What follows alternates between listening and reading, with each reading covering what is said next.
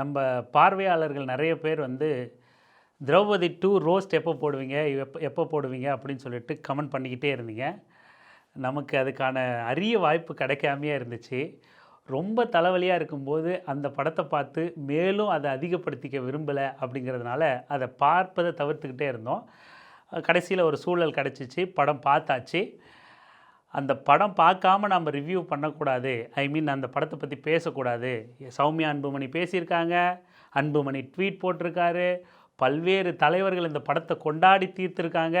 நம்ம படம் பார்க்காம எப்படி அவங்க கொண்டாட்டங்களில் குறை சொல்லிடுறது அப்படின்னு நமக்கு தோணிக்கிட்டே இருந்ததுனால அதை பற்றி நம்ம பேசாமல் தவிர்த்தோம். மோகன்ஜி கதர்ன போதெல்லாம் கூட நம்ம அதை பேசாமல் தவிர்த்ததுக்கு காரணம் இதுதான், படத்தை பார்த்துட்டு பேசுவோம் அப்படிங்கிறதுக்காக.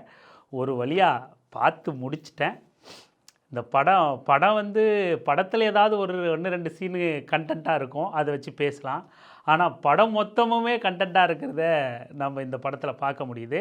இந்த படத்தை இந்த மோகன் எப்படி எடுத்திருப்பாப்புல அப்படின்னா, நீண்ட நாட்களாக வந்து ஆர்எஸ்எஸ் சார்ந்த நபர்கள், ராஜ சர்மா போன்ற நபர்கள் வந்து மோகன்கிட்ட நீ தாயா சரியான ஆள், அதனால் இஸ்லாமிய வெறுப்பு இருக்கிற மாதிரி ஒரு படம் எடுத்து கொடு, ஜாதி வெறியெல்லாம் நீ நல்ல படம் எடுத்துட்ட, ஜாதி வெறிய பல இயக்குநர்கள் எடுக்கிறாங்க, தமிழ்நாட்டில் இந்த இஸ்லாமிய வெறுப்பு மத வெறுப்பு தான் ஒர்க் அவுட் ஆக மாட்டேங்குது, நீ தான் அதை எடுக்கக்கூடிய சரியான ஆள் அப்படின்னு சொல்லிட்டு நிறைய தடவை கேட்டிருப்பாங்க போல். இவனும் யோசிச்சுக்கிட்டே இருந்திருப்பான் போல், நம்ம மண்டையில் ஒன்றுமே இருக்க மாட்டேங்குது, ஆனால் காசு தரேங்கிறான், படம் எடுத்து கொடுங்கிறான், என்னத்தை எடுக்கிறது அப்படின்னு. இஸ்லாமிய வெறுப்பு பேசணுன்னா என்ன பேச முடியும் அப்படின்னு மண்டையில் மசாலா இல்லாத நபர் வந்து சரி நம்ம ஒரு வரலாற்று படம் எடுக்கிறோம் அப்படின்னு சொல்லிட்டு வரலாற்றில் இஸ்லாமியர்கள் படையெடுப்பில் இந்துக்கள் மீதெல்லாம் மிக கடுமையான தாக்குதல் நடத்தினாங்க, இன அழிப்பு செஞ்சாங்க அப்படின்னு ஒரு படத்தை எடுத்துரும் அப்படின்னு நினச்சிருப்பான் போல். அதுக்கு அவனுக்கு ரெஃபரன்ஸ் வேணும்ல. அதனால் என்ன பண்ணியிருக்கான், இந்த மாவீரன் ஒரு படம் இருக்குல்ல, மகதீரா, தெலுங்குலே நம்ம அந்த படம், அந்த படத்தையும் தமிழில் வந்த காஷ்மோரா படத்தையும் ரெண்டுமே மிக்ஸ் பண்ணி அடித்து பாகுபலி ரெஃபரன்ஸு அப்படிலாம் வச்சு, பாகுபலி ரெஃபரன்ஸ் எல்லாம் வச்சு ஒரு படம் எடுத்து நம்ம பெரிய இஸ்லாமிய வெறுப்பு பேசிடலாம் அப்படின்னு நினச்சிருக்கான். ஆனால் கடைசியில் மீம் கண்டென்ட்டாக எடுத்து பாலையா படத்தை விட மோசமாக எடுத்து வச்சுருக்கிறது தான் யதார்த்த உண்மையாக இருக்குது. இந்த மகதீரா படத்தில் எப்படி ஹீரோயினை டச் பண்ண உடனே, ஹீரோவும் ஹீரோயினோட விரல் டச் பண்ண உடனே அவங்களுக்கு பழசெல்லாம் ஞாபகம் வருமோ, அந்த மாதிரி ஒரு சீனை ட்ரை பண்ணலாம்.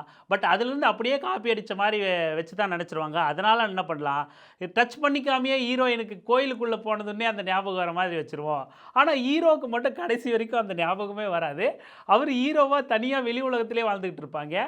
ஹீரோயின் மட்டும் திரௌபதியா மாதிரி கற்பனை உலகத்துக்கு போய், கற்காலத்துக்கு போய் 700 வருஷம் முன்னாடி போயிடுவாங்க. 700 வருஷம் முன்னாடி போய் கதை சொல்லிக்கிட்டு இருப்பாங்க. ஹீரோலாம் நிகழ்காலத்தில் இருந்துக்கிட்டே அந்த கதையை வந்து பார்த்துக்கிட்டு இருப்பார். அப்படி ஒரு அற்புதமான கலைப்படைப்பாக நம்ம மோகன்ஜி கொடுத்துருக்காரு. படத்தில் அவ்வளவு விஷயங்கள் இருக்குது உங்களோட பகிர்ந்துக்க. படத்தோட ஆரம்பத்திலே வந்து சங்கீத்தனத்தை நான் ஆர்எஸ்எஸ்காரன் தான், ஆர்எஸ்எஸ் படம் தான் எடுத்திருக்கேன் அப்படிங்கிறதுனால பிரச்சனையை வக்பு வாரியத்திலேருந்து ஆரம்பிக்கிறார். இந்துக்களோட சொத்துக்களை வக்பு வாரியம் ஆக்கிரமிச்சிருது அப்படிங்கிற புள்ளியில் படம் தொடங்கி அந்த பிரச்சனையை பெருசாக நான் பேச வைக்கணும் அப்படிங்கிறதுக்காக அவர் லோக்கல் மீடியாலாம் கூப்பிட மாட்டார். அவருக்கு வந்து லோக்கல் மீடியாலாம் வந்து அநியாயம் பண்ணுறாங்க, அதனால் யோக்கியமான ஒரு மீடியாவாக, அதுவும் யோக்கியமான நேஷ்னல் மீடியாவாக கூப்பிடணுங்கிறதுனால ஏஎன்ஐ அப்படிங்கிற ஒரு மீடியா இருக்குல்ல இந்திய அளவில், அந்த ஏஎன்ஐ தொலைக்காட்சியை வந்து கூப்பிட்றாரு. அவங்க தான் நேர்மையாக, அது ஒரே ஒரு தொலைக்காட்சி தான் வருது.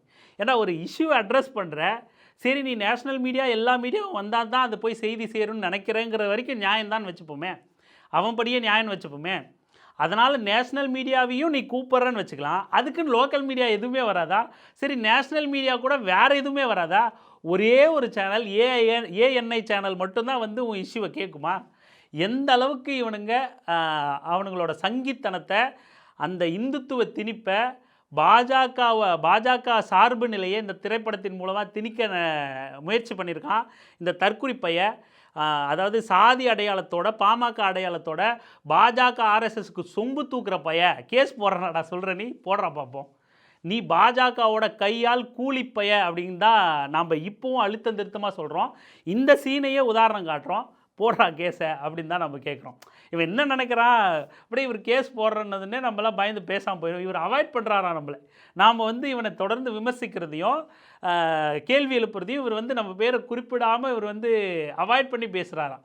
விடுதலை சிறுத்தைகள் கட்சி திரும்ப சொல்கிற மாதிரி சொல்கிறேன் பார், பாட்டாளி மக்கள் கட்சி அரசியலும் இந்த மாதிரியான சாதியவாதிகளின் அரசியலும் முகத்தெரியும். நீங்கள் என்ன ஓரங்கட்ட பார்த்தாலும் ஒதுக்க பார்த்தாலும் அரசியல் வெங்காயமே மையம் அப்படிங்கிறத தொடர்ந்து நான் அரசியல் வெங்காயம் நிரூபிச்சுக்கிட்டே இருக்கும். அரசியல் வெங்காயத்தை தவிர்த்துட்டு உங்களால் எந்த அரசியலையும் பண்ண முடியாது.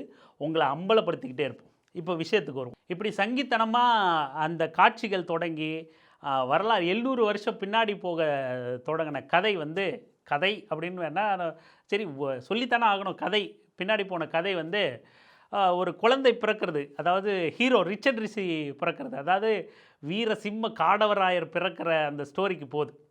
அந்த ஸ்டோரிக்கு போனதுன்னே ஜோசியக்காரெல்லாம் வந்து சொல்கிறான், இன்னும் 2 மணி நேரம் கழித்து பிறந்தா தான் இவர் வந்து நீண்ட ஆயுளோடு வாழ்வார், அதனால் 2 மணி நேரம் கழித்து பிறக்கணுமே குழந்தை அப்படின்ட்டு. அங்கே வைத்தியம் பார்க்குறவங்கள கேட்டால் இல்லை அதெல்லாம் வாய்ப்பே இல்லை, குழந்தை வந்து பிறக்கிற நேரம் வந்துருச்சு, 2 மணி நேரம்லாம் தாக்கு பிடிக்க முடியாதுன்னு உடனே ராஜா அந்த ஜோசியக்காரெலாம் சேர்ந்து ஒரு ஐடியா பண்ணுறாங்க. 2 மணி நேரம் எப்படி தாக்கு பிடிக்கிறது, 2 மணி நேரம் டைமிங்கை வை, அது வரைக்கும் குழந்தை வெளியவே வரக்கூடாது. என்ன பண்ணலாம், டெலிவரி ஆக போகிற ஒரு பெண்ணை வந்து தூக்கி தலைகீழ நிப்பாட்டுறா, தொங்க விடுறா தலைகீழ அப்படின்னு சொல்லிட்டு தலைகீழாக தொங்க விட்டு 2 மணி நேரம் கழித்து குழந்தைய மட்டும் வெளியே எடுத்துகிட்டு ஓகே இந்த ராஜ்யத்தை ஆளை பிறந்துட்டான் இவன், ஓகே அவங்க அம்மா கதை முடிஞ்சு போச்சு அப்படின்னு சொல்கிறாங்க, செத்து போயிடுச்சு. ஓகே ஒரு வீரமான குழந்தையை பெத்தெடுத்து வீரமரணம் அடைஞ்சிருக்கா அப்படின்னு சொல்லிட்டு சீன் வச்சுருக்கான். ஏண்டா அவன் எங்கடா வீரமரணம் அடைஞ்சா, ஒரு குழந்தை ஜோசியத்தை ஒரு மூட நம்பிக்கையை எவனோ 2 கிறுக்கு பையன் சொன்னான்னு குழந்தை பிறக்கிற நேரத்தில் ஒரு கர்ப்பிணியை தூக்கி தலைகீழாக நிப்பாட்டி குழந்தைய வெளியெடுத்து அந்த பெண்ணை கொன்று எடுத்துகிட்ட பிறகு இவன் எத்தனை நாள் வாழ்வான்னு என்னடா நீங்கள் ஜோசியம், அந்த பெண் வாழ்வாளான்னு கணிக்க முடியாத ஜோசியம் வந்து இவன் இத்தனை வருஷம் வாழ்வான், இவன் இதெல்லாம் ஆளுவான் அப்படின்னு சொல்லிட்டு ஜோசியம் பண்ணி கணிக்கிறான். கடைசியில் இவ்வளவு ரிஸ்க் எடுத்து இவன் ஜோசியெல்லாம் சொல்லி அந்த ஜோசியத்தின்படி 2 மணி நேரம் கழித்து பிறந்த குழந்தை அதே போல் நீண்ட ஆயுளோட வாழ்ந்துச்சா அப்படின்னா அது மிகப்பெரிய ஜோக்கு. அந்த ஜோக்கு தான் வந்து ரிச்சர்ட் ரிஷி, அதாவது வீர சிம்ம காடவராயரோட கிளைமேக்ஸ். அது அந்தளவுக்கு ஜோக்காக தான் அவன் செத்து போனான். சின்ன வயசுலேயே அவனே செத்து போயிட்டான், அவனை கொண்டுக்கிட்டு செத்து போயிட்டான். இதுக்காடா ஒரு தாயை கொன்னீங்க அப்படிங்கிற கேள்வி இருக்கா இல்லையா? அப்போ அந்த ஜோசியக்காரனை எல்லாம் பிடிச்சி அவனை 2 போடு போட்டிருக்கணும். இதுவாடா கதை, இதெல்லாம் உனக்கு ஸ்டோரியா இதெல்லாம் தேவையில்லாத சீனாக நமக்கு தெரிஞ்சு இந்த அளவுக்கு ரொம்ப அருவருக்கத்தக்க மொக்கையான சீனாக தான் இந்த படம் வந்து தொடங்குது 700 வருஷத்துக்கு முன்னாடி. இந்த மாதிரி பல காமெடிகளும் ஜோக்குகளும் இந்த படத்தில் நடந்துக்கிட்டே இருக்குது. ஒவ்வொன்றுத்தையும் நம்ம டிஸ்கிரைப் பண்ணணும், இந்த மாதிரி விவரிக்கணும் அப்படின்னா 1 மணி நேரம் படத்தை விட 2 மடங்கு அதிகமாக நம்ம பேசினா தான் அந்தளவுக்கு பேச முடியும். நம்ம அதனால் ஓவராலாகவே சொல்கிறோம், சும்மா தொட்டுகிட்டே போகலாம். இப்போ அந்த படத்தில் வில்லனாக ஒரு சுல்தானை காட்டுவாங்க. அந்த சுல்தான் கேரக்டரை பார்த்தீங்கன்னு வச்சுங்களேன், சிரிப்பு வரும் உங்களுக்கு. ஆக்சுவலாக கொடூரமான வில்லன், இஸ்லாமிய வில்லன், படையெடுத்து வந்த வில்லன் வந்து இந்துக்கள் மீது பயங்கரமான கொடூரமான தாக்குதல்லாம் நடத்துகிறான். பார்த்தாவே நமக்கு பயம் வரணும். ஒரு அரசன், அந்த காலத்து வில்லன் எப்படி இருக்கும் நமக்கு பார்த்தாலே அந்த உணர்வுலேருந்து வெளியே வர்றதுக்கு கஷ்டமாக இருக்கணும்ல. ஆனால் அயன் படத்தில் வில்லனை போட்ட மாதிரி சூர்யாவோட அயன் படம் இருக்குல்ல, அதுலேயாவது அவனுக்கு மேட்ச் ஆகும், பயங்கர வில்லனாக தெரியும். அந்த வில்லனை கொண்டு வந்து அதே கெட்டப்போட ட்ரெஸ்ஸை மட்டும் மாற்றி விட்டுட்டு அதே வாய்ஸோட அதே பாடி லாங்குவேஜோட ஒரு வில்லன் கேரக்டர் போட்டால் 700 வருஷத்துக்கு முன்னாடியான ஒரு மன்னர் காலத்து படத்துக்கு வில்லன் போட்டால் எப்படி இருக்கும், அதே போல் தான் அந்த வில்லன் ரியாக்ட் பண்ணுறாரு. வில்லன் அவர் காட்டிக்கணுமா, அதனால் அவர் மூஞ்சி எக்ஸசைஸ் பண்ணுது, ஓவான்ட்டு அந்த டைலாக் பேசும்போது வாய் சுளுக்கெடுக்கிற அளவுக்கு வந்து அந்த ஃபேஸ் ரியாக்ஷன் கொடுக்குறாரு. இப்போ நீ கோவமாக ஒரு டைலாக் ஆர்ஷா பேசுகிற அப்படின்னும் போது அவர் வாய் வந்து அதிலே கபடி விளையாடுது. அந்த மாதிரி வாலண்டியராக வில்லனை காட்டுறாராம். அதுவும் எந்த வாய்ஸ்லன்னா அயன் பட வில்லன் இருக்குல்ல, ஏய் அப்படின்னு ஒரு மாதிரி அந்த ஹிந்தி ஸ்லாங்கோடு வரும்ல, அந்த ஹிந்தி ஸ்லாங்கோட ஒரு வாய்ஸை கொடுத்துட்டு இவர் தான் கொடூரமான வில்லன் அப்படின்னு காட்டுறான். அதே போல் இந்த வில்லன், இஸ்லாமிய வில்லன் வந்து யாரையாவது அடக்கி ஒடுக்கணும்னு நினச்சா அவங்களில் ஒரு ஆளை கொன்று அந்த கறியை அவங்க குடும்பத்துக்கு கொடுப்பாரு, மனுஷங்கறியை அவங்க குடும்பத்தை மிரட்டி சாப்பிட வைப்பார், இன்னொருத்தரை கொன்னுடுவேன் அப்படின்னு சொல்லி மிரட்டி கம்பல் பண்ணி சாப்பிட வைப்பார். அவ்வளவு கொடூரமான வில்லன் இல்லையா அப்படின்னு காட்டிட்டு அவருக்கு அந்த மூஞ்சி ரியாக்ஷனை வச்சுருப்பாங்க. இது ஒரு புறம் இருக்க, அதுக்கு பதிலடி கொடுக்குறேன்னு வீர சிம்ம காடவராயரான நம்ம ரிச்சர்ட் ரிஷி என்ன பண்ணுவார், அவருக்கு அதே தண்டனை வந்து அவருக்கு தெரியாமே கொடுத்துருப்பார். அந்த தண்டனையோட நோக்கம் என்ன, இப்போ நம்ம அந்த தண்டனையாகவே வச்சுப்போமே, அந்த தண்டனையோட நோக்கம் என்ன? உன்னோட அப்பனை கொன்று உங்ககிட்ட சமைச்சு கொடுத்துருக்க, நீ சாப்பிடு அப்படின்னு சொல்லி அந்த அருவருக்கத்தக்க குணத்தோட சாப்பிட முடியாத அளவுக்கு ரொம்ப கொமட்டலோட அச்ச உணர்வோட அந்த தண்டனையை அவங்களுக்கு அனுபவிக்க வைக்கணும். அதுதான் அந்த தண்டனையோட நோக்கம். நம்ம அது சாத்தியம் இல்லை, நடந்திருக்கு, எல்லாம் அப்பாற்பட்டு வச்சுருப்போம். அந்த தண்டனையோட நோக்கம் என்ன? மனுஷக்கறி சாப்பிட்றது தண்டனையோட நோக்கம் கிடையாது. அதை சொல்லிவிட்டு இவனைத்தான் நீ சாப்பிட்றன்னு தெரியப்படுத்திட்டு அந்த அச்ச உணர்வையும் அருவருப்பையும் அந்த அந்த அளவுக்கான ஒரு கொடூரமான தண்டனை கொடுக்கணுங்கிறது தான் அந்த தண்டனையோட நோக்கம். ஆனால் அந்த இஸ்லாமிய வில்லன் சுல்தான் வந்து அந்த மாதிரி ஒரு வெளிப்படுத்திட்டு தண்டனை கொடுப்பான். அதுக்கு பழி வாங்குற பேர் வழியில் நம்ம வீர சிம்ம காடவராயர் இருக்கார்ல, ரிச்சர்ட் ரிஷி, அவர் என்ன பண்ணுவார், அந்த வில்லன் மார்வேசல் வரும்போது, ஓகே நண்பா, நீ தான் உங்ககிட்ட இருந்து யானையெல்லாம் எனக்கு கூட நான் வாங்கிக்கிறேன், வாங்கி உனக்கே நான் பரிசளிக்கிறேன் அப்படின்னு சொல்லிட்டு, நீ இதுக்கு ஒத்துக்கிட்டதுனால உனக்கு நான் உணவு பரிசளிக்கணும்னு நினைக்கிறேன், சாப்பிட்டு போன்னு சொல்லிட்டு சாப்பாடு கொடுப்பார். அவரும் டேஸ்ட்டாக இருக்குது, நல்லா இருக்குது, சாப்பிட்டேன் அப்படின்னு சொல்லிட்டு போயிடுவார். கிளைமேக்ஸில் சொல்லுவார், அன்றைக்கி நான் உனக்கு சாப்பாடு கொடுத்தேன்ல, அது என்னன்னு நினைக்கிற நீ, அதுதான் உன் தம்பியோட கறி அப்படின்னு சொல்லுவான். அப்போ வந்து அவர் ஒரே ஒரு பேக், இதே நான் சாப்பிட்டேன் அப்படிம்பார். என்ன ஒரு புத்திசாலித்தனம் மோகன், சூப்பராக படம் எடுத்திருக்கேன் மோகன், இதுதாயா ஒரு வரலாற்று சிறப்பு வாய்ந்த படம், இது உன்ன மாதிரி எடுக்க எவனாலையும் முடியாது. மொத்தத்தில் இந்த படத்தில் என்ன ட்ரை பண்ணியிருக்கான் அப்படின்னா, இஸ்லாமியர்கள் ராஜா கேட்ட மாதிரி யூ ஆல் ஆர் ஆன்டி இண்டியன்கிறேன் அப்படின்னு சொல்லிட்டு ஒரு ஒரு மனப்பான்மையை வந்து குறைஞ்சபட்சம் நம்ம சாதி மக்கள்கிட்டையாவது விதைச்சிடணும். அப்படி விதைச்சு ராஜா சொல்லியிருப்பான், ஏம்பா குறைஞ்சபட்சம் வன்னியர்களை நம்ம படத்தை பார்க்க வர வச்சிடலாம், படம் பார்க்க வர அத்தனை வன்னியனும் வெளியே போகும்போது இஸ்லாமியர்களை கொடூரமான வில்லனை பார்த்துட்டு போகணும்பா, இந்துங்கிற எண்ணத்தோடு வரணும்பா, திருட்டு பயிலே நீ எங்கே ஆர்எஸ்எஸ்க்கு வேலை செய்கிறன்னு சொல்கிறல்ல, இதுதான்டா ஆர்எஸ்எஸ்க்கு வேலை செய்கிறது, திருட்டு பயில இதுதான் ஆர்எஸ்எஸ்க்கு வேலை செய்கிறது. சாதி அடையாளத்தை படுத்திக்கிட்டு சாதியை சார்ந்தவனை உள்ளே வர வச்சு ஆர்எஸ்எஸ் ஆளாக மாற்றி அனுப்பணும்னு நினைக்கிறல்ல, அந்த திட்டத்தில் உன் வேலை இருக்குல்ல, அதுதான்டா திருட்டு கமநாட்டி, நீ ஆர்எஸ்எஸ்க்கு வேலை செய்கிறது திருட்டு புறம்போக்கு, அதுதான் நீ ஆர்எஸ்எஸ்க்கு வேலை செய்கிறது. இதுக்கு வேறு உனக்கு விளக்கம் கொடுப்பாங்களா, விளக்கம் மயிறு வேறு. இப்படி ராஜா சொல்லியிருப்பான் போல இவன்ட்ட, இந்த மாதிரி வரணும்பா அப்படின்னு சொல்லிட்டு. அதுக்கு இப்படி ஒரு கொடூரமான சிந்தனையோடு இவர் வந்து இஸ்லாமியர்கள்லாம் கடுமையாக நம்ம வெறுக்கணும் அப்படின்லாம் இப்படி சீன் வச்சுருக்கான். கடைசியில் அது என்ன ஆயிருக்கு அப்படின்னா, இவன் என்ன நோக்கத்தில் படம் எடுத்திருக்கான், இதில் யார் ஹீரோ யார் ஹீரோயினி, யாரை இவன் வில்லனாக காட்டுறான் அப்படின்னு அந்த சாதி உணர்வோட மத உணர்வோடவே யார் வந்திருந்தாலும் அவங்களுக்கு புரியாது அப்படிங்கிற அளவுக்கு தான் இவன் படம் எடுத்து வச்சுருக்கான். அந்த விதத்தில் நம்ம கண்டிப்பாக இந்த படத்தை வந்து பாராட்டணும், நம்ம மகிழ்ச்சி அடைகிறோம். கண்டிப்பாக இது யாருக்கும் இஸ்லாமிய வெறுப்பாக போய் சேர்ந்துருக்காது. இவன் படம் என்ன நோக்கத்தில் யாரை புகழ்கிறான், யாரை வந்து எதிரியாக காட்டுறான் அப்படிங்கிற எந்த ஒரு நோக்கமும் போய் ஆடியன்ஸ் கிட்டே சேர்ந்துருக்காது. ஆடியன்ஸ் இல்லை, இவன் போய் ஜாதி சங்கத்தில் டிக்கெட் விற்றான் இல்லையா, ஜாதி சங்கம் கடைசியில் நான் வந்து ஜாதிக்காக படம் எடுக்கலை, மதத்துக்காக படம் எடுக்கலன்னு சொல்லிட்டு மறுபடியும் போய் ஜாதி சங்கத்துக்கிட்ட டிக்கெட் விற்று காலில் கையில் விழுந்து ஜாதி சங்கத்தின் மூலமாக படத்தை ஓட வைக்கணும்னு நினச்சா இல்லையா, அதுக்காக சொல்கிறோம். அப்படி உள்ளே வந்திருந்தா கூட அவங்களுக்கும் இந்த உணர்வு கடத்தப்பட்டிருக்காது. ஏன்னா அவ்வளவு பிரமாதமாக ஒர்க் பண்ணியிருக்கான் இவன் அப்படிங்கிறத தான் நம்ம சொல்ல வரோம். ஒருவேளை உண்மையிலேயே இஸ்லாமிய வெறுப்பு திரைப்படத்தை ரொம்ப வெற்றிகரமாக அந்த உணர்வை அந்த வெறுப்பை கடத்தணும் அப்படின்னு ஒரு படம் எடுக்கணும் அப்படின்னா அது இந்த தற்குறியாலெல்லாம் வாழ்நாள் முழுக்க ட்ரை பண்ணாலும் முடியாது. ஏன்னா இவனுக்கு அந்த திரைப்படம் எடுக்கவே தெரியல, அதுதான் உண்மை. அதை சக்ஸஸ்ஃபுல்லாக யாராவது எடுக்கணும் அப்படின்னா அது கமலஹாசனால் தான் முடியும். கமலஹாசனுக்கு அந்த வித்தையெல்லாம் தெரியும். கமலஹாசனுக்கு தன்னை முற்போக்காக காட்டிக்க தெரியும், அதே போல் இஸ்லாமிய வெறுப்பு பேசவும் தெரியும். கமலஹாசனுக்கு தன்னை முற்போக்காக காட்டிக்கவும் தெரியும், அதே போல் சாதி அடையாளத்தை வெளிப்படுத்திக்கவும் தெரியும். கமலஹாசனுக்கு உடம்புல அடையாளம் இல்லை, நான் அண்ணா கயிறு தோளில் போடல அப்படின்னு சொல்லிக்கவும் தெரியும். பேசுகிற இடத்துல எல்லாம் சாதியை குறிப்பிட்டு பேசவும் சாதி பெருமிதத்தை பேசவும் கமலஹாசனுக்கு அந்த நுணுக்கங்கள்லாம் தெரியும். ஆக இஸ்லாமிய வெறுப்பு அந்த பிளட்லேயே ஊறி போன மாதிரி பேசணும் அப்படின்னா அது கமலஹாசனால் முடியும். நிச்சயமாக இந்த தற்குறி பயலால் அது முடியவே முடியாது. ஏன்னா இவனுக்கு இந்த படம் எடுக்கிற அந்த தொழிலே தெரியல. நாம்பளும் எல்லா தடவையும் ட்ரை பண்ணுறோம், இவனை படமாக ஓகே இது பார்க்க என்கேஜ் பண்ணுது, ஆனால் ஐடியாலஜிக்கலாக இப்படி பண்ணியிருக்கக்கூடாது, இந்த மாதிரி படம் எடுத்துருக்கக்கூடாது, இது தப்பான கருத்து அப்படின்னு பேசலான்னு தான் முயற்சி பண்ணணும்னு நினைக்கிறோம். ஆனால் டெக்னிக்கலாக படத்தை பற்றின டெக்னிக்கல் நாலேஜ் இல்லாத நம்மளுக்கே ஒரு கடைநிலை பார்வையாளராக படம் பார்க்கும்போதே இவ்வளவு குறைகளை பண்ணியிருக்கியடா அப்படின்னு சொல்கிற அளவுக்கு தான் இவன் படத்தை எடுத்துக்கிறான். இது வரைக்கும் ஒரு படமாகவே இவனால் ஒரு திரைப்படத்தை எடுக்க முடியல. ஏதோ ஒரு அடையாளத்தின் பேரில் எதையாவது ஒன்று சொல்லி எதையாவது ஒன்று பெரிய பேசு பொருளாக மாற்றி பிரச்சனையாக்கி படத்தை ஓட வச்சு சம்பாதிச்சிடலாம். நாம் ஆர்எஸ்எஸ்க்காக படம் எடுக்கிறோன்னு ஆர்எஸ்எஸ்கிட்டையும் வாங்கி தின்னுடுவோம், ஜாதிக்காக படம் எடுக்கிறோன்னு ஜாதிக்காரங்கிட்டையும் ஒரு வசூலை போட்டுருவோம், கடைசியில் அவங்ககிட்டயே டிக்கெட்டை விற்று பார்க்க வச்சு அதுலேயும் ஒரு வருமானத்தை பார்த்துருவோம் அப்படிங்கிறது தான் இவனோட நோக்கம். சுத்தமாக தொழில் தெரியாத ஒரு தற்குறி தடிமாட்டு பைய அப்படின்னா அது இவன் தான்.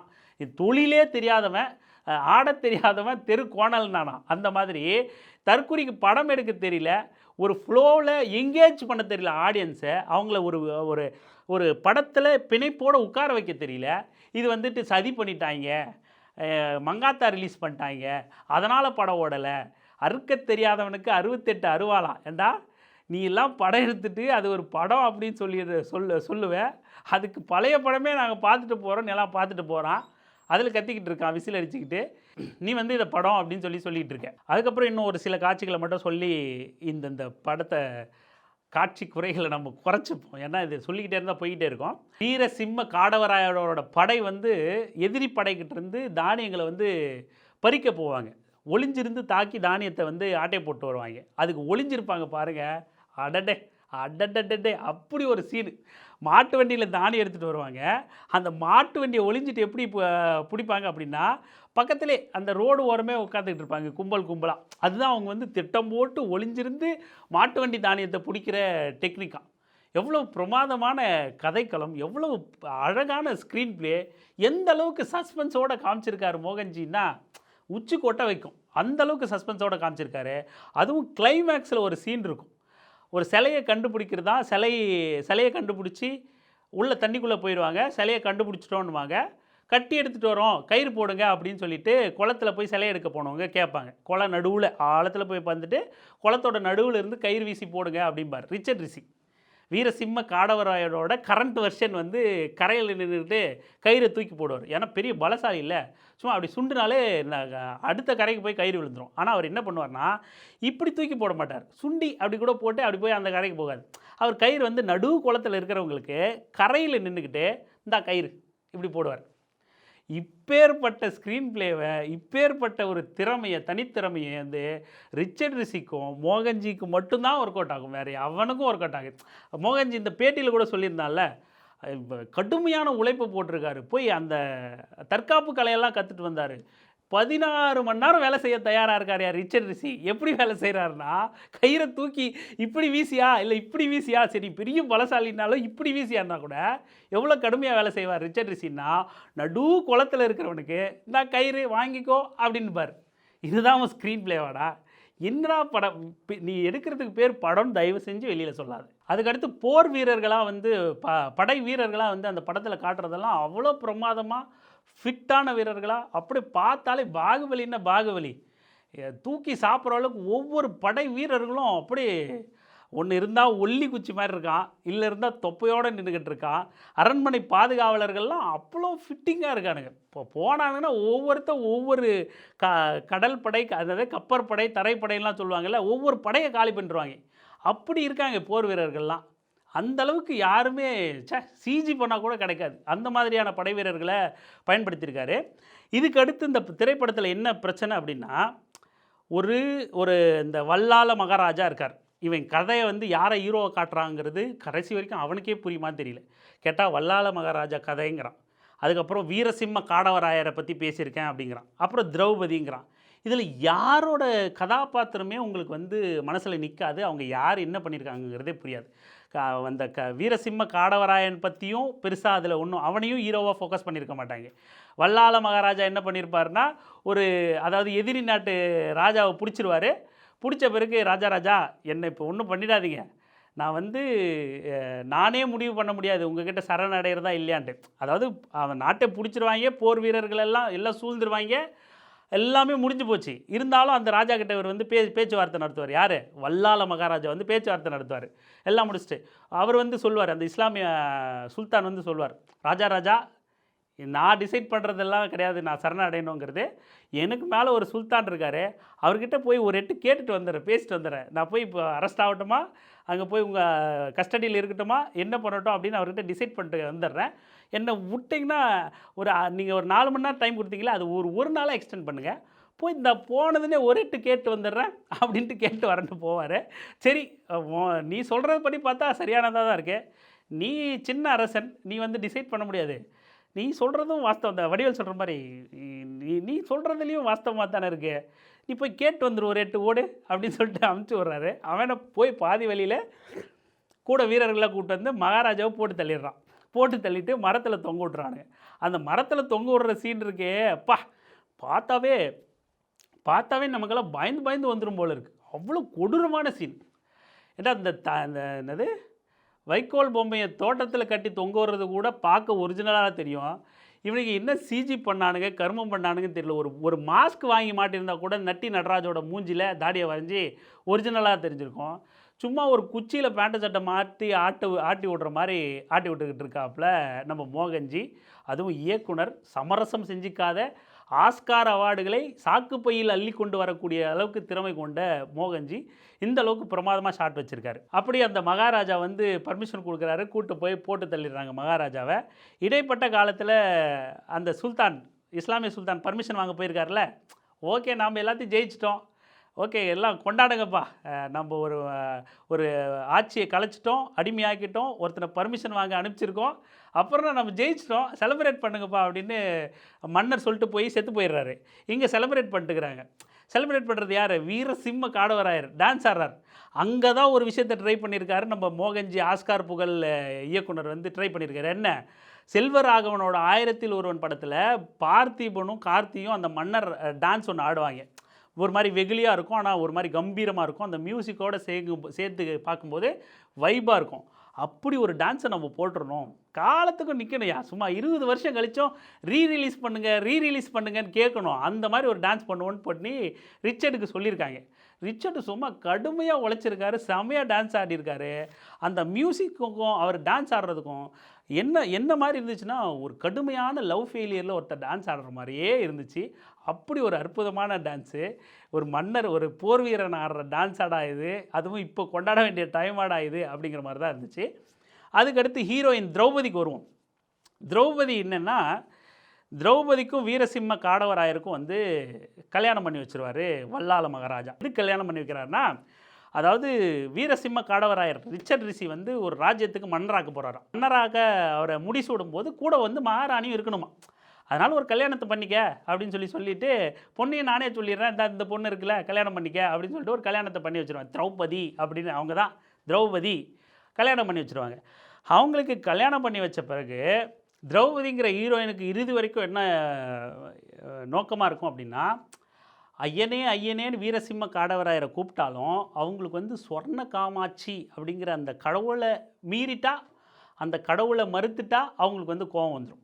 எல்லாத்தையும் விட எனக்கு சொர்ண காமாட்சி தாண்டா முக்கியம், நீ எல்லாம் ரெண்டாவதாக ஓரமான இல்லை அப்படின்னு சொல்லிட்டு ஹீரோ ரிச்சர்ட் ரிஷி, அதாவது வீரசிம்ம காடவராயர் வந்து ஒரு இஸ்லாமியர்னு கூட இருக்கிற அவர் நண்பரை இவர் கையை வெட்டிட்டார்.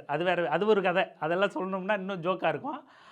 அவர் வந்து சொல்லும்போது இவர் வீரசிம்ம காடவராயன் வந்து இஸ்லாமியர்களோட ஆள் அப்படின்னும் போது, இவன் இஸ்லாமியர்களோட ஆள் அப்படிங்கிறது அவங்களுக்கு பெருசாக இல்லை, துரோகம் பண்ணிட்டான் அப்படிங்கிறது பெருசாக இல்லை. திரௌபதிக்கு எது பெருசாக இருக்கும் அப்படின்னா, இப்படி நம்ம இறையை மனசில் சொன்ன இவனுக்கு, வீர சொர்ண காமாட்சியை மனசில் ஏந்திய ஒருத்தனுக்கு வேறொரு இறையை எப்படி இவனால் மனசில் நினைக்க முடிஞ்சிச்சு. அப்போ இவன் எனக்கு வேண்டாம், இவன் வந்து துரோகி அப்படின்னு சொல்லிட்டு அந்த புள்ளி தான் தற்குறி நாயே, நீ ஆர்எஸ்எஸ்க்கு வேலை செய்கிற நாயே அப்படிங்கிறதுக்கான காரணம். நான் எங்கே ஆர்எஸ்எஸ்க்கு வேலை செய்கிறேன், நான் உங்கள் மேலே டிஃபமேஷன் கேஸே போடுவேன் அப்படின்னு சொன்னல, போடுறா வெண்ண. இதுதான்டா நீ ஆர்எஸ்எஸ்க்கு வேலை செய்கிற. நீ எங்கே ஏஎன்ஐ மீடியா, நேஷ்னல் மீடியான்னு எடுத்துகிட்டு வந்து காட்டுறையோ, உள்ளே வரவனை உன் சாதிக்காரனை உள்ளே கூப்பிட்டு இஸ்லாமிய வெறுப்பு பரப்பி வெளியே அனுப்பணும்னு நினைக்கிறியோ, இங்கே வந்து கடவுள் மனசில் நினச்சிட்டாலே அவன் வந்து துரோகி அப்படின்னு பரப்புறியோ, இதுதான்டா ஆர்எஸ்எஸ்க்கு வேலை செய்கிறது. ஆமாண்டா, இந்த படையப்பா படத்தில் வரும்ல, ஆமாண்டா நீ இவளுக்கு பிறந்தவன் தான் அப்படின்னு, அப்படித்தான் ஆமாண்டா நீ ஆர்எஸ்எஸ்க்கு வேலை செய்கிற கூலிக்கார வெண்ணை தாண்டா நீ அப்படின்னு நம்ம மறுபடியும் சொல்கிறோம். இப்படி ஹீரோயின் திரௌபதிக்கு வந்து சொர்ண காமாட்சியை காப்பாற்றுறது தான் வேலையை தவிர, நம்மளோட வீரசிம்ம காடவராயர் அவங்களோட கணவரை காப்பாற்றுறதெல்லாம் அவங்களுக்கு முக்கியமே இல்லை. அதே போல் கணவர் என்ன உண்மை சொல்ல வந்தாலும் அவங்க மறுத்துருவாங்க, நீ இதை பண்ணியா இல்லையாடா, நீ எப்போ வீட்டுக்கு வர அப்படின்னு ஒரு சீன் இருக்குல்ல, வீட்டுக்கு எப்போ வர வீட்டுக்கு எப்போ வர அப்படின்னு ஒரு சினிமா வசனம் இருக்குல்ல, அவங்க வந்த ரிச்சர்ட் ரிஷியை ஏன் வந்த நீ இன்னும் சாகலையா அப்படிங்கிற மாதிரி, நீ தான் கழுகுப்படையை சார்ந்தவனாச்சே, மன்னரே செத்துட்டார் நீ ஏன் சாகலைன்னோ, நீ ஏன் சாகாமல் உயிரோடு இருக்க அப்படின்னு சொல்லிட்டு எப்படா சாகுவேன்னே தொடர்ந்து கேட்டுக்கிட்டே இருப்பாங்க. ரிச்சர்ட் ரிஷி சொல்ல வர விஷயத்தையே, அதாவது வீரசிம்ம காடவராயர் சொல்ல வர விஷயத்தையே சொல்ல விட மாட்டாங்க. அப்போ ரிச்சர்ட் ரிஷி சாகணும் அப்படின்னா திரௌபதியோட நோக்கம் என்னவா இருக்குது? திரௌபதினா ஏற்கனவே 5 கணவர், ஒரு கணவர் சாகணும் அப்படின்னு எதிர்பார்க்குறாங்க அப்படின்னா, அடுத்து இந்த படத்தில் வேற இஸ்லாமிய சுல்தான், மதுரை சுல்தானை வேற தனிமையில் சந்திக்கணும்னு சொல்லுவாங்க. என்ன கதையாக இருக்கும்? வேணும்னே திட்டம் போட்டு இவங்களே சாகடிக்கிறாங்களோ அப்படிங்கிற யோசனை இருக்குல்ல. திரௌபதியை தான் வேற மோகன்ஜி ரோல் மாடலாக வேறு எடுத்திருக்கான். அது என்ன கதை அப்புறம் அதை நம்ம பார்த்துப்போம். இப்போது இந்த விஷயத்துக்கு வருவோம். ஒன்றே குலம் ஒருவனே தேவனுங்கிற வசனத்தை வந்து நம்ம ஏற்கனவே ட்ரெய்லர்லேயே பேசியிருக்கோம். அது அண்ணா வச்ச முழக்கம் அப்படின்னும், எத்தனை கடவுள் இருந்தால் என்ன, இறைவன் நம்பிக்கை இருக்கிறவங்களுக்கு இறைவன் ஒருத்தர் இருக்கான், அதனால் கடவுள் நம்பிக்கையோடு இருங்க, அதை அப்படியே கடந்து போயிடுவோம், பிரித்து பார்க்க வேண்டாம் அப்படிங்கிற ஒரு விஷயத்துக்கு வந்த கான்செப்ட்னு வச்சுக்கோங்களேன். இவனோட படத்தின் படி பார்த்தாலும் கூட இஸ்லாமிய மதம் மாற்றுறாங்க, எங்களுக்கு இந்து கடவுள்கள் நிறைய பேர் இருக்காங்க, ஒன்றே குலம் ஒருவன் அல்ல தேவன் அப்படின்னு அந்த கான்செப்டை வச்சுக்கிட்டா கூட, ஒருவன் இல்லைல்ல தேவன், நிறைய கடவுள்கள் இருக்காங்கல்ல, 30 தேவர்கள் இருக்காங்கல்ல மோகனுக்கு தான். அப்போ கூட ஒரு தேவர் 30 இருக்கும்போது அந்த கோடியில் ஒன்று ஆட் ஆனால் என்ன குறைஞ்சி போகுது உனக்கு? என்ன அவங்களும் கடவுளை நம்ப சொல்கிறாங்க, அவ்வளோதானே, அந்த கடவுளையும் கும்பிட்டுக்க சொல்கிறாங்க. நீ 30 தேவனை கும்பிட்ட உனக்கு கூட ஒன்று சேர்த்து கும்பிட்றதுல என்னடா வலிக்க போகுது? என்னடா லாஜிக் இது? கூட சேர்த்து ஒன்று தானே, 30 கோடினா எத்தனை சொல்ல வரான்னு தெரியல. அப்படி கோடிக்கணக்கான கடவுளை ஏற்றுக்கிட்டவனுக்கு கூட ஒன்றையோ கூட 2ஐயோ ஏற்றுக்கிறதுல என்ன கஷ்டம்? கடவுள் தானே, நீ நம்புறல்ல, நீ முட்டாளாக இருக்கணும்னு முடிவு பண்ணிட்டுல, அப்புறம் என்ன வலிக்கு போகுது? இதில் என்ன, நாங்கள் நாராயணனை வணங்கினவங்களுக்கு இதில் எங்களுக்கு நாங்கள் வேறு நாமத்தையே உச்சரிக்க மாட்டோம்னா, நாராயண நாமத்தை உச்சரித்துவேன், நமச்சிவாய நாமத்தை உச்சரிக்கலையா? அதுக்கடுத்து வேறு தெய்வங்களை 30 தேவர்களை, சரஸ்வதியை, அந்த தேவியை இந்த தேவியை உச்சரிக்கலையா? எல்லாம் இருக்குல்ல, கூட ஒன்றத்தை சொல்லிட்டு போ, என்ன வலிக்க போகுது? அதுவும் இல்லாமல் இதில் மோகன் வந்து முற்போக்கு இயக்குநர்களுக்கு ஒரு வாய்ப்பு வழங்கியிருக்காருன்னு தான் நான் சொல்லணும். அந்த ஒரு விஷயத்தை மட்டும் நான் வந்து பாராட்டியே தீரணும்னு நினைக்கிறேன். மத மாற்றத்துக்காக பூணூல் இருக்கிறாங்க, அதாவது இந்த தோளில் போட்டிருக்கிற அண்ணாகையெல்லாம் அறுத்து போட்டுறாங்க இஸ்லாமிய மன்னர்கள் அப்படின்ற காட்சியை வெளிப்படையாக காமிச்சிருக்கான். அப்போ முற்போக்கு திரைப்படம் எடுக்கிற இயக்குனர்கள், இந்த சாதிக்கு எதிரான திரைப்படம் எடுக்கிற இயக்குனர்கள் எப்படி நீதிமன்ற ஒரு தீர்ப்பை மேற்கோள் காட்டி இன்னொரு வழக்கில் வாதாடுவாங்களோ, இன்னொரு தீர்ப்பை கொடுப்பாங்களோ, இன்னொரு தீர்ப்பை கேட்பாங்களோ, அதே போல் சென்சார் போர்டில் இங்கே பாருங்கய்யா, எங்கள் ஆஸ்கார் வின்னிங் இயக்குனர் வந்து இந்த நூலில் இருக்கிற மாதிரி காட்சி வச்சுருக்காரு, அதை நீங்கள் அலோவ் பண்ணியிருக்கீங்க, எங்களுக்கும் கொஞ்சம் அலோவ் பண்ணிவிடுங்க, நாங்கள் மனுஷங்களுக்கு போடுறோமோ பன்னிக்கு போடுறோமோ எதுக்கு போடுறோமோ நாங்களும் அப்படி போட்டு அறுத்துக்கிறோம் அப்படின்ற காட்சியை வந்து முற்போக்கு இயக்குனர்கள் பயன்படுத்திக்கணும். இதை ஒரு வாய்ப்பை ஏற்படுத்தி கொடுத்துருக்காரு மோகனே, அதை நீங்கள் பயன்படுத்திக்கணும் அப்படிங்கிறத நம்ம கேட்டுக்கிறோம். இறுதியாக இந்த படத்தோட அந்த கிளைமேக்ஸ், வீரசிம்ம காடவராயன் சாகிறத அந்த ஜோக் இருக்குல்ல, அதை சொல்லி இன்னொரு விஷயத்த சொல்லி நம்ம முடிச்சுக்குவோம். எப்படி சாவார்னா, எல்லா படத்துலையும் வந்து மன்னர் படத்தில் வந்து இப்படி கழுத்து அறுத்துட்டு சாவாங்க, அதை வச்சுட்டாங்க. கட்டப்பா வந்து பாகுபலி பின்னாடி குத்தி சாவடிச்சிட்டான், அதையும் வச்சுட்டாங்க. இவனே அந்த படத்தில் நிறைய கழுத்து இருக்கிற சீனை வச்சுட்டான். வேறு என்னவா வைக்கலாம்? ஹீரோ வந்து டிஃப்ரெண்ட்டாக சாகணுமே, எப்படி சாகலாம்? ஆனால் போர் வீரன் வித்தியாசமாக சாகணும், எப்படி சாவடிக்கலாம்? வேறு யாரும் கூட இல்லை, எல்லாரும் செத்து போயிட்டான், மன்னரும் செத்து போயிட்டான், எதிரியும் செத்து போயிட்டான், எல்லாரையும் கொண்டுட்டான், ஹீரோ தனியாக நிற்கிறான். அப்போ எப்படி சாவான்? பின்னாடி யாராவது குத்தலான்னா லாஜிக் இல்லை, அவனே கழுத்தறுத்துக்கிட்டான்னா அது பழசு. வேறு என்ன பண்ணலாம்? இந்த கார்த்தி படத்தில் காமெடி சீன் ஒன்று வரும்ல, நாங்கள் வசூல் பண்ண பணத்தெல்லாம் மேலே போடுறேன், எது வேணுமோ நீ மேலேயே எடுத்துக்க, கீழே வர்றது மட்டும் நான் எடுத்துக்கிறேன் அப்படிங்கிற மாதிரி இவருக்கு கன நேரத்தில் ஒரு யோசனை தோணுது, வாழை தூக்கி மேலே போடுறார், மேலே போட்டு அனாந்து பார்க்குறாரு, இப்படி அது நேராக வந்து அவர் இதயத்தை குத்தி அவர் செத்து போயிடுறார். இப்படிப்பட்ட ஒரு கற்பனை திறனை ஒரு கிரியேட்டிவை மோகனால் மட்டும்தான் முடியும், வேறு யாராலையும் முடியாது. நிச்சயமாக அதுக்கு வாய்ப்பே இல்லை. இதில் வேறு இவர் வந்து இன்னும் 10 கோடி எக்ஸ்ட்ரா இருந்தால் பாகுபலியவே அறுத்து தள்ளியிருப்பேன் அப்படிங்கிறான். வேணா முதல்ல ஒரு படம் எடுத்து கற்றுக்கடா. யாத்திசைன்னு ஒரு படம் வந்து அவ்வளவு அற்புதமான ஒரு வரலாற்று திரைப்படமாக எடுக்கப்பட்டிருந்துச்சு.